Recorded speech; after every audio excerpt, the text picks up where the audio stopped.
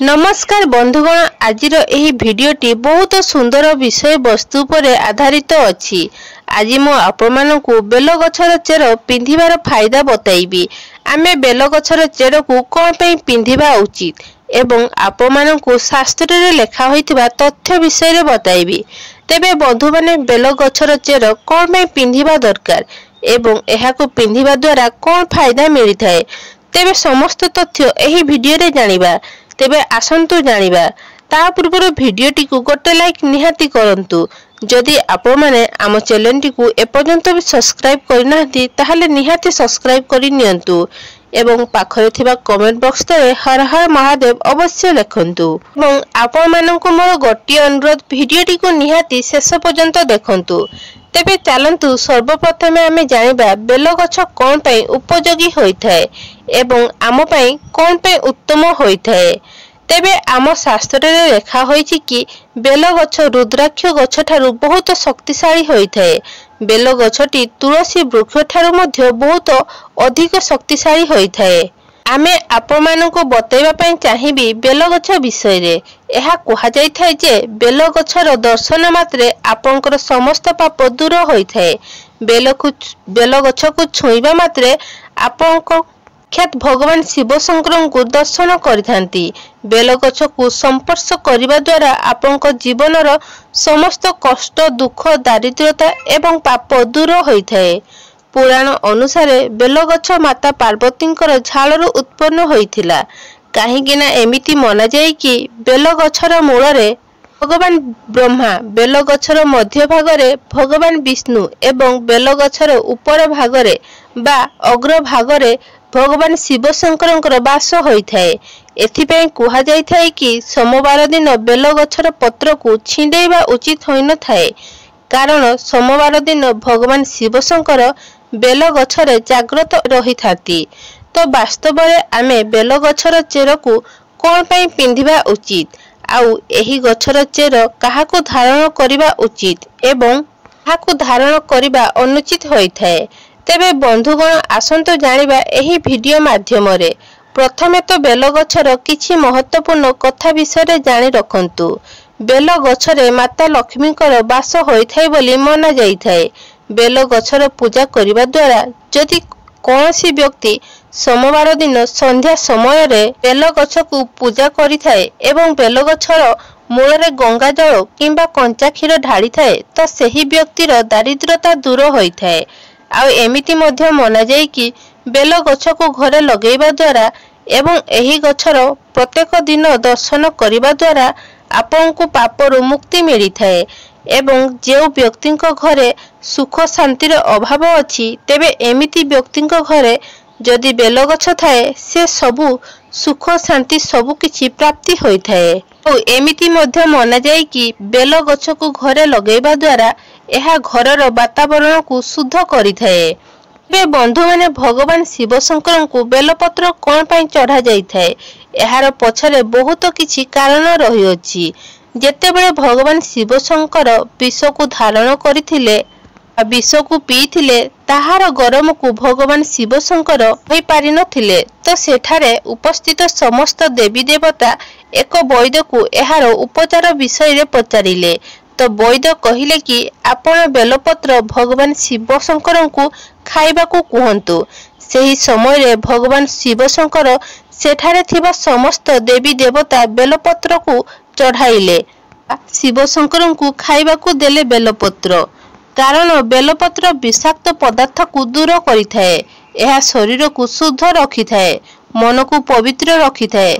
Shop एवं बिछा जेमिति विषाक्त जीवजंतु कामुडिले मध्य ताहार प्रभाव को दूर करिथाए।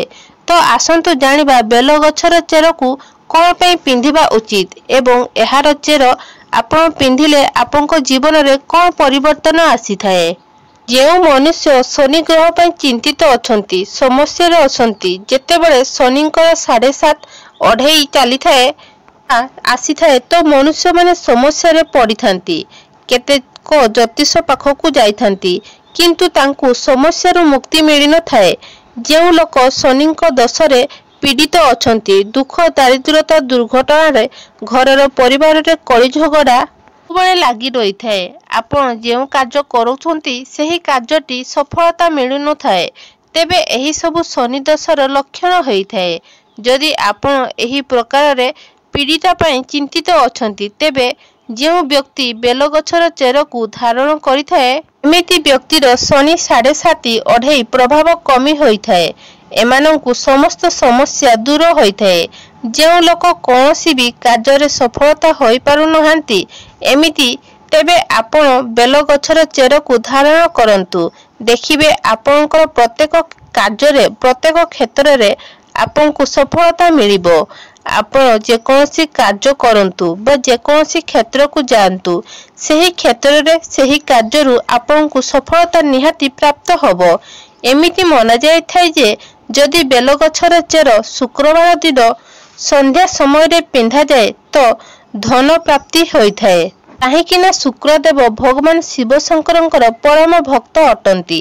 जदि शुक्रवार दिन बेलगछर चेर आपण धारण करिवे तो आपनकु अचानक भावरे धन प्राप्ति होई थाए एवं शुक्रदेवंकर कृपा मध्य प्राप्ति होई थाए। शुक्रदेवंकु धनर स्वामी बोली कहा जाई थाए। सुख समृद्धिर स्वामी मध्य कहा जाई थाए। एमिति मना जाई थाए जे जो व्यक्ति बेलगछर चेर को धारण करि थाए एमिति व्यक्ति को काल सर्प दोष लागि न थाए। पितृदोष गो हत्या जेमिति दोषरु मुक्ति मिली थाए किंतु एहाकु धारण करिवार किछि नियम मध्य रही अछि। तेबे आसंतु जानिबा एही बेलगछर नियम बाबदरे। बेलगछर चेर को पिंधिबा पूर्वरु एहाकु प्रथमे क्षीर रे धोई नियंतु। होई सारिला परे एहाकु पिंधिबा उचित। जो भी व्यक्ति बेलगछर चेर को धारण करिथांती एमिति व्यक्ति भगवान शिव शंकरंकर कृपार पात्र बनी थांती। भगवान भोलानाथ स्वयं एमिति व्यक्तिंकर रक्षा करिथांती। बंधु माने रुद्राक्ष ठारू मध्य बहुत बेसी शक्तिशाली होइथाए बेलगछर चेर। जदि आपण आध्यात्मिक उन्नति करि पय चाहुछंती आपण चाहुछंती कि आपनकर आध्यात्मिक उन्नति हो समस्त क्षेत्र रे आपनकर उन्नति मिलु सफलता आपनकु मिलु तेबे आपण बेलगछर चेर को धारण करंतु। एहा आपनकु दुर्घटनार मध्य बंचाई पारे एवं नवग्रह पीड़ार मध्य आपनकु रक्षा करिथाए। किंतु बेलगछर चेर को धारण करिवार किछि नियम अछि। बेलगछर चेर को चांदी रूपार ताबिज रे ही पिंधिबा उचित होइथाए। काहेकि ना चांदी को मां पार्वतींकर अंश बोली मना जाई थाए। चांदी मां पार्वतींकर स्वरूप अटे एवं बेलगछ मध्य मां पार्वतींकर स्वरूप अटे। काहेकि ना मां पार्वतींकर झालरू बेलगछ उत्पन्न होइथिला। एहार चेर को पिंधिबा पूर्वरु प्रथमे 2 घंटा पई चेर को गंगा जल रे बुडाई रखंतु। तापरे आपण सही चेर को पिंधिबे।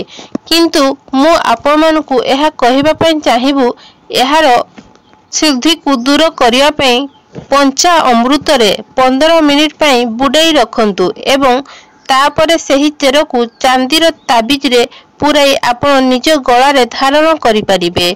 एहा द्वारा आपण को लाभ मिलिबो। आपण जेउ भी कार्य रे बा जेउ भी क्षेत्र रे आपण आंतु आपनकर उन्नति हो आपनकु सफलता प्राप्ति हो एवं शत्रु मानकर विनाश हो। बंधुगण एहा थिला बेलगछ को नै किछि महत्वपूर्ण कथा। आपण जदि एही भिडियोटी को भल लागि थाए तेबे तळे थिबा हमर कमेंट बॉक्स तळे ओम नमः शिवाय हर हर महादेव अवश्य लिखंतु एवं भिडियोटी को गोटे लाइक निहाती करंतु एवं एही भलिया भिडियो देखिया पई आम चैनल टी को निहाती सब्सक्राइब करंतु।